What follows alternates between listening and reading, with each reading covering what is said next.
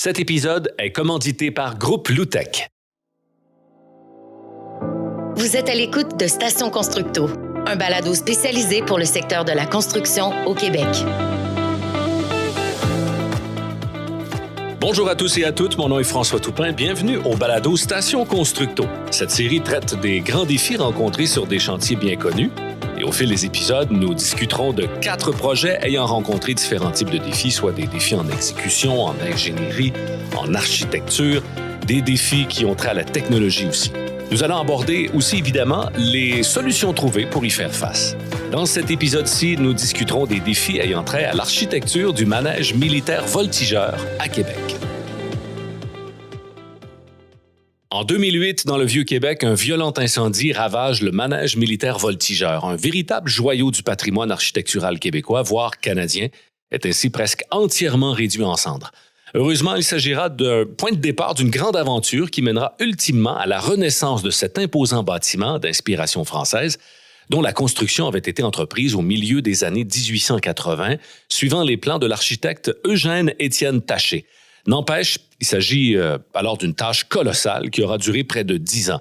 Je tiens à souligner que le manège est le seul bâtiment militaire au Canada à avoir été reconnu lieu historique national.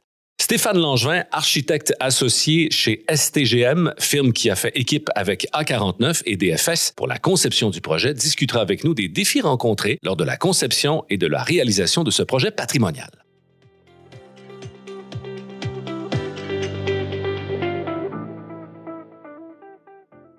Stéphane Langevin, bonjour. Bonjour, monsieur. Merci d'avoir accepté notre invitation pour ce balado. Vous avez travaillé sur ce projet du manège militaire voltigeur à Québec. Est-ce que vous pouvez nous décrire le projet dans son ensemble? Comment ça vous a été présenté? Ça nous a été présenté d'abord comme un magnifique défi. On était vraiment excités d'obtenir ce mandat-là. Faut comprendre que c'est un bâtiment iconique dans la ville de Québec. Oui. Après le Château Frontenac, c'était peut-être le second plus photographié de la ville. Donc, c'est un bâtiment qui tenait vraiment cher à toute la population de Québec. Et le lendemain de l'incendie, ça se sentait parce que c'était vraiment une journée tristounette. Tout le monde était... il y avait vraiment une ambiance bizarre dans la ville de Québec. Tout le monde était conscient qu'ils venaient de perdre un de leurs joyaux, un des bâtiments qui fait de la ville de Québec ce qu'elle est. Là. D'avoir ce défi-là à relever, c'était vraiment très, très, très stimulant pour nous à plusieurs points de vue. D'abord, d'avoir à redonner c'était la commande, d'avoir à redonner le manège à la population, redonner à la population son manège, et également les défis techniques reliés à tout ça. La fonction allait changer, donc on devait insérer à l'intérieur d'une ruine, parce qu'au lendemain de l'incendie, c'était simplement une ruine, il ne restait plus rien, d'insérer la modernité et la performance dans un bâtiment qui, même sans avoir brûlé, était très, très, très, très peu performant. C'était comme un beau gros garage. C'était à peu près rien de plus comme performance technique, le manège militaire. Donc, c'est tout l'ensemble de ces défis-là qui a stimulé l'équipe là, tout au long du projet, les 10 ans qui ont suivi l'incendie environ. Aviez-vous des appréhensions avant de vous lancer dans ce projet-là? Fallait se boucher le nez puis y aller parce que si on se met à réfléchir à tous les défis, à toutes les embûches qu'on va avoir, surtout que c'est des projets de très, très long terme, c'est un peu étourdissant. Alors, on se contente de regarder le défi, de s'imaginer le résultat et on y va avec toute notre expertise et notre courage. Une bouchée à la fois. Une bouchée à la fois. Et pour le manège, à la fin, ça fait énormément de bouchées. Oui. Dans son ensemble, effectivement. Est-ce que le projet a évolué dans le courant de sa conception? Au tout début, on a eu une phase un peu j'oserais dire, de flottement parce que il n'était pas encore tout à fait défini la mission exacte et surtout la stratégie d'intervention sur le manège. Malgré que des études avaient été faites, les portes restaient à peu près toutes ouvertes sur la définition de la forme finale et de la fonction finale et surtout de quelle manière on allait intervenir sur la dite ruine. Il y a donc eu différentes possibilités, exemple de mettre des bureaux dans la toiture, ce qui ne faisait plus ou moins de sens. Il y avait également de passer sous le manège pour se rendre sur les plaines. Il y avait donc plusieurs plusieurs possibilités qui s'offraient à nous. Mais après analyse, puis après avoir étudié les sketchs d'origine de M. Taché, l'architecte d'origine, on s'est rendu compte qu'il y avait toujours eu une volonté d'une symétrie au manège. Le manège était composé de 2 parties principales, la salle d'armes, la grande salle centrale avec ses 2 tourelles, et il y a l'aile 1913 qui se trouve à l'est du projet. Dans les plans de Taché, il y avait toujours eu une autre aile à l'ouest. Après s'être rendu compte de ça, que c'était vraiment une volonté de départ de l'architecte et des donneurs d'ouvrage, on a décidé, plutôt que d'exploiter la structure existante patrimoniale pour l'insertion de la partie bureau, de reconstruire dans la partie ouest une section inspirée du côté volumétrique de la partie est, de manière à redonner au manège l'espèce d'équilibre ou de symétrie que l'architecte d'origine souhaitait, et ainsi dégager toute la partie patrimoniale de la donnée bureau qu'on se devait d'insérer. Tout ce projet-là est dû au fait à un incendie. Oui. C'était à la suite du feu.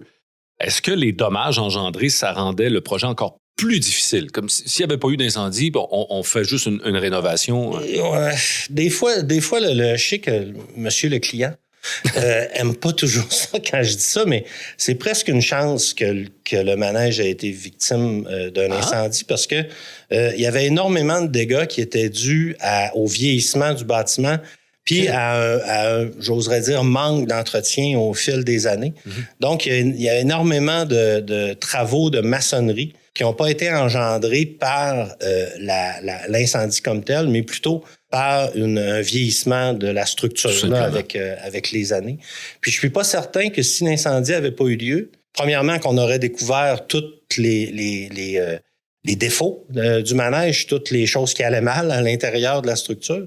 Et je suis pas certain non plus qu'on aurait mis tous les argents nécessaires pour le remettre en ordre. L'incendie nous a comme obligés d'aller vraiment en profondeur et de régler des problèmes pour des dizaines, voire centaines d'années.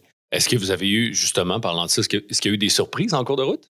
Il y a eu des surprises. Entre autres, une des personnes qui travaillait avec nous a fait une inspection du mur. On a enlevé les pierres. Puis à l'intérieur, c'est des murs très, très épais. Ouais. À l'intérieur des murs de pierre, entre les 2 rangs de pierre, c'est de la brique. Et la personne en question grattait un peu et ça se vidait. Il grattait l'intérieur du mur de la pierre qui tombait littéralement en poussière. Le mur se vidait. Donc, c'est l'état d'élabrement, si on veut, de la maçonnerie nous a étonnés. Et ça a été une surprise, j'oserais dire une mauvaise surprise parce que ça a demandé vraiment plus de travaux que ce qui était prévu. Quels ont été les principaux défis au niveau architectural, relatifs par exemple au caractère patrimonial du bâtiment? Le principal défi? Un des défis, puis c'est quelque chose d'un petit peu flou, c'était de réussir à conserver l'esprit du manège militaire. C'est-à-dire que ce qu'on souhaitait, on voulait pas seulement faire une intervention où le manège, on l'aurait reconnu de l'extérieur, puis une fois que tu es en dedans, tu es dans un autre monde. Ouais. Donc, l'idée, c'était vraiment de retrouver cet esprit-là, que les gens qui connaissaient le manège, lorsqu'ils reviennent dans le nouveau bâtiment, disent « Ah, ben oui, c'est encore notre manège. » Le soir de l'inauguration, il y a un militaire qui est venu me voir avec émotion pour me remercier de lui avoir redonné sa maison. Wow. Fait que c'est une grande satisfaction pour nous là, d'avoir réussi à redonner à ce bâtiment-là son esprit, si on veut, suite à sa mort de 2008. Sinon, des défis, il y en avait à tous les pieds. Là. C'était que des défis. Les gens me demandent « Ah, c'est bien long, 10 ans, ça n'a pas de sens. » Mais quand on regarde les façades annotées avec les petites pierres entourées en rouge, pierre par pierre, numérotées, il a fallu prendre chacune de ces pierres-là puis se poser la question « Qu'est-ce qu'on fait? Est-ce qu'on la garde? Est-ce qu'on la reconstitue? » Une fois que le choix est fait de la reconstituer, ben faut la refaire. Faut la reposer, puis là, je viens de vous parler de juste une pierre. Il y en a des centaines de milliers dans le manège. Donc, c'est vraiment un ouvrage très, très, très méticuleux au niveau de la maçonnerie. Il y a également l'état de délabrement des murs, comme je le mentionnais tout à l'heure. Mm-hmm. Avec les années, ces murs-là avaient perdu de leur capacité portante et ne pouvaient plus supporter la toiture existante. Oh. Ni la toiture nouvelle, encore plus la toiture nouvelle. Ouais, j'imagine. Donc, il a fallu faire preuve d'ingéniosité en collaboration très, très étroite avec les ingénieurs. D'ailleurs, chapeau aux ingénieurs Tetra Tech qui ont trouvé la solution. On a perforé les murs de haut en bas dans les contreforts pour venir les ancrer jusque dans le roc avec des tiges métalliques. Puis on a tendu, on a comme post-tendu les contreforts existants, les contreforts patrimoniaux. À ce qu'on sait, c'est une des premières fois que ça se fait. Et on a réussi à redonner et à améliorer la capacité portante du mur de façon à pouvoir appuyer la toiture, la nouvelle toiture de bois sur les contreforts tels que la toiture originale. Aujourd'hui, si on additionne tous les points d'ancrage du manège, la structure est assez forte pour supporter un 737. Mais on ne pourra jamais le tester, il ne rentre pas. Heureusement. Mais tout ça pour dire que les murs ont été renforcés de manière innovatrice, ce qui a un peu sauvé une partie, en tout cas, du projet. Là. J'imagine qu'il y a eu une énorme coordination, une communication entre les différents corps de métier pour réaliser un projet comme ça. Oui, c'est essentiel au succès de tout projet, mais en particulier au niveau du manège, parce que l'aspect patrimonial des lieux nous force aussi à dissimuler beaucoup de choses. Donc, de faire la ventilation de la manière la plus discrète possible, les réseaux de gicleurs qui sont importants dans un bâtiment qui vient de brûler. Oui. En plus, anecdote, apparemment que l'incendie a eu lieu suite ou pendant des travaux d'installation de gicleurs. Ah, gadon. Ouais. Heureux hasard. Oui. Donc, ça demande une collaboration de tous les instants avec l'ensemble des intervenants, que ce soit les ingénieurs, les consultants en patrimoine, les entrepreneurs, les sous-traitants. Une des choses qui nous aide aujourd'hui, c'est le BIM, le modèle Revit qu'on a fait du manège où on peut voir absolument tous les petits tuyaux, les boulons, tout est là virtuellement et on est capable à ce moment-là de coordonner le tout avant la construction. Donc, dans le cas du manège, l'outil BIM Revit a été vraiment d'une aide précieuse pour l'ensemble de la coordination interdisciplinaire. En gros, quelle expérience un architecte de votre envergure retirait de cette expérience? Qu'est-ce que vous retirez de cette expérience-là de rebâtir un bâtiment patrimonial de la sorte? Beaucoup d'expérience professionnelle, d'expérience technique, de connaissances. Aussi, ça te donne un petit peu confiance parce que le défi était tellement grand.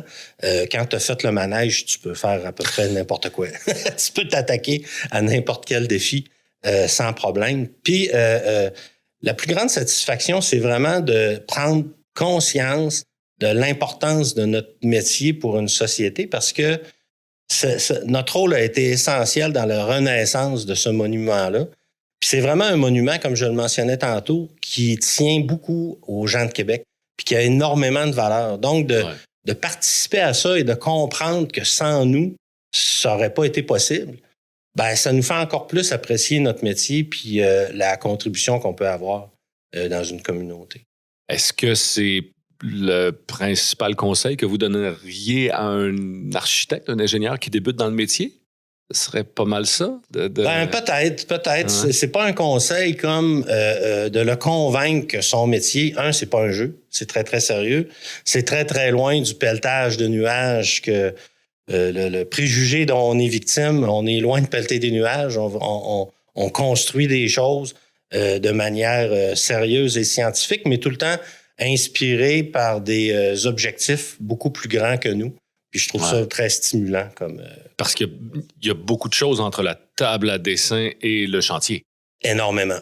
Il y a énormément de choses, énormément d'embûches, énormément de défis, mais il y a aussi énormément de joie parce que c'est toujours très, très satisfaisant de trouver une solution ou des solutions. Surtout quand c'est des innovations, c'est encore plus satisfaisant. C'est aussi l'occasion de rencontrer plein de gens d'horizons différents, des artisans, des maçons, des gens qui font du métal d'art, tout le fer forgé.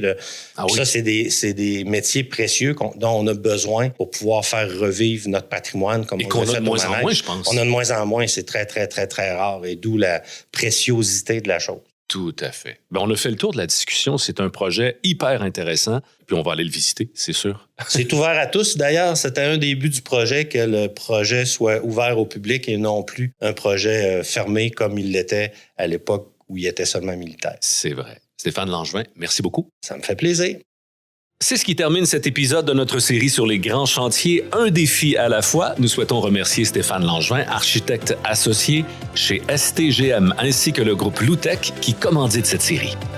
Suivez-nous sur les réseaux sociaux pour rester à l'affût de la sortie de notre prochain épisode qui portera quant à lui sur la métamorphose de l'Insectarium de Montréal et les défis d'ingénierie de ce projet. Tous nos épisodes sont également disponibles sur portailconstructo.com, section balado. Merci et à très bientôt.